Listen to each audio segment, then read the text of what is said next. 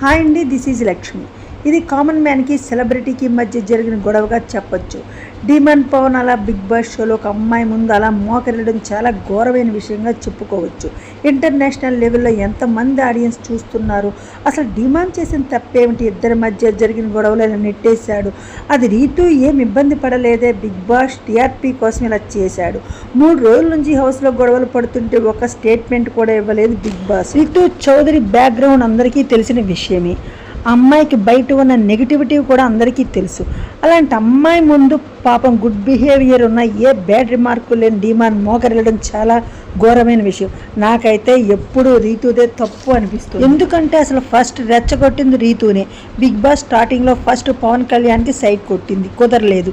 ఇక ఈ డిమాండ్ బలయ్యాడు. ఇలా ఎంతమంది బలయ్యారో ఎవరికీ తెలియదు. మళ్ళీ రీతు క్షమించింది అని మన రివ్యూవర్స్ అంటున్నారు. హ్యాట్స్ ఆఫ్ రీతు అంటున్నారు.